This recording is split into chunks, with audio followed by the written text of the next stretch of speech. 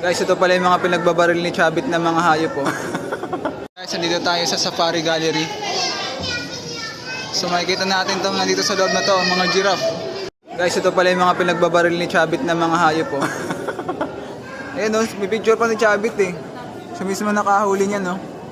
Hindi ko lang sure ah. Ayan, meron pa dito. Ayun o, susum natin, yung mga nahuli ni Chabit, mga usa. Yung mga picture si Chabit dyan eh. Guys, ito pa yung mga nahuli ni Chabit oh. Dami niyang picture. Katunayan na nahuli ni Chabit. Ano kaya to?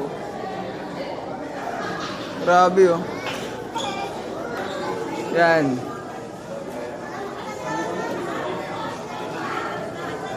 So may mga nagpipicture kay Chabit dito. Chabit Singson.